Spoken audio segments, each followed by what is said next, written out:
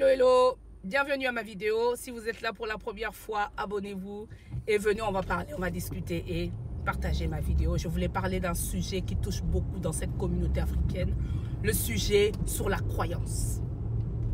La croyance, c'est quoi? La religion. Les gens disent, j'ai entendu dire les gens, beaucoup de personnes disent, oui, mais moi je suis catholique, moi je suis protestante. Mais c'est quoi ça? C'est une religion tout ça. Et c'est lié dans la Bible. Et quand nous voyons, nous étudions notre histoire, ce n'est pas un groupe de personnes qui vont s'asseoir pour définir un mode de vie. Je ne dis pas qu'il y a des valeurs là-dessus. Mais chaque peuple a sa civilisation. Chaque peuple a sa culture. Quand nous voyons aujourd'hui ce qui se passe dans le monde, ce qui se passe en Afrique, franchement, ces petits papiers-là, si je peux l'appeler comme ça, ces documents-là qu'on appelle la Bible, mettez-le de côté. Ce n'est pas ça qui va faire de nous que nous puissions réussir et que nous puissions réparer l'Afrique. Et non. Moi, j'ai même posé la question aux gens en disant, l'eau là existe, l'enfer existe. Les gens m'ont dit oui. Oui, par rapport à quoi? Sur quel constat? En fait, sur quel constat que l'eau là existe, l'enfer existe? Dans quoi? Parce qu'on nous a relaté, parce qu'on nous a fait tremper dans un monde imaginaire, monde de contes de fées. Quand je parle de ça, je vois un peu Aladdin et le film d'Aladdin, le film de Blanche-Neige. C'est tout ça, c'est de l'utopie, tout simplement. On nous a fait imaginer un monde que les gens qui sont décédés, on ne les a même pas revus en vie pour pouvoir nous dire comment était l'enfer. Ou comment était le ciel ou l'eau là. On ne le connaît pas. Mais l'Africain pense que l'enfer existe, Dieu existe. Mais on ne comprend pas. Franchement, soyons conscientes ou conscients. Chaque peuple a sa culture. Je dis bien, quand je parle des ancêtres dans mes vidéos ou dans ma page, je parle de mes ancêtres, c'est mes parents, mes aïeux, c'est ça. C'est eux qui ont fait que je sois en vie aujourd'hui. Parce que quand nous venons au monde, les premières personnes que nous voyons, c'est des parents. C'est nos modèles. Donc, ça veut dire que c'est eux nos ancêtres. Tout simplement. Quand ils ne sont plus là, c'est eux qui veillent sur nous. Ce n'est pas un être qu'on nous a imposé, avec une image, des cheveux longs, aux yeux bleus, un blond. Non, non, pas du tout. Le monsieur même s'est présenté sur les réseaux en disant « Arrêtez les Africains de mettre ma tête sur vos murs. » Mais Dieu, qui a vu Dieu?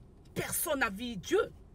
Mais nous imaginons des choses. Nous sommes le premier à dire « Conférence, croisade, Dieu sera au rendez-vous. » Qu'est-ce que vous en savez de Dieu? Il est né, il est où? Quand on parle de la spiritualité africaine, on parle d'une science. Je dis bien une science qui est très puissante. C'est quoi?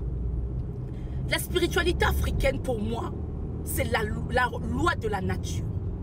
Quand vous voyez la terre donner des fruits, le ciel illuminé par les étoiles, par la lune, pour moi, il y a un être supérieur à tout ça. Et c'est les créateurs. Quand je vois ça, c'est là où je dis, il y a un Dieu qui existe. Et oui.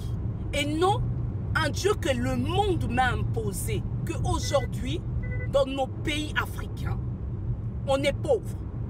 Parce que, on va dire quoi? Les gens me parlent de la Bible. Il faut arrêter la Bible. Moi, je le dis. Pour moi, je l'ai arrêté. Parce que je ne vois pas un livre où les gens se sont rencontrés pour imposer au monde entier un mode de vie inspiré soi-disant de Dieu, Dieu que personne n'a vu. On est dans un monde imaginaire. On n'a plus 2 ans. Un être humain doit avoir la capacité d'analyser. Je ne dis pas que les valeurs qui sont là sont fausses. Non, loin de là. Je ne dis pas ce que moi je dis, c'est exact. Moi je dis suite à des constats, suite à ce que j'ai entendu sur les réseaux. Et moi, je viens pour conclure en disant que pour moi, tout ça est faux. Tout ça est faux, en fait. Parce que si on regarde bien, si nous étions avec ce Dieu-là qui nous a été imposé, l'Afrique ne serait pas pauvre. L'Afrique ne sera pas manipulée à la sorte.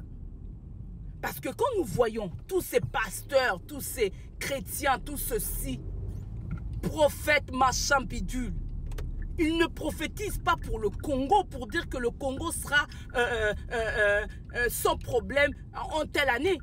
Ils ne prophétisent pas pour le Congo en disant que le Congo aujourd'hui ne sera plus en désordre, où il y aura moins de voleurs. Mais nous sommes toujours dans la bêtise, avec les mêmes personnes, avec les mêmes documents. Stop. Et je le dis, stop. Ayons la capacité d'analyser les choses et non d'accepter bêtement un groupe des personnes en 1930 imposées au monde entier qui, ces personnes-là, enrichissent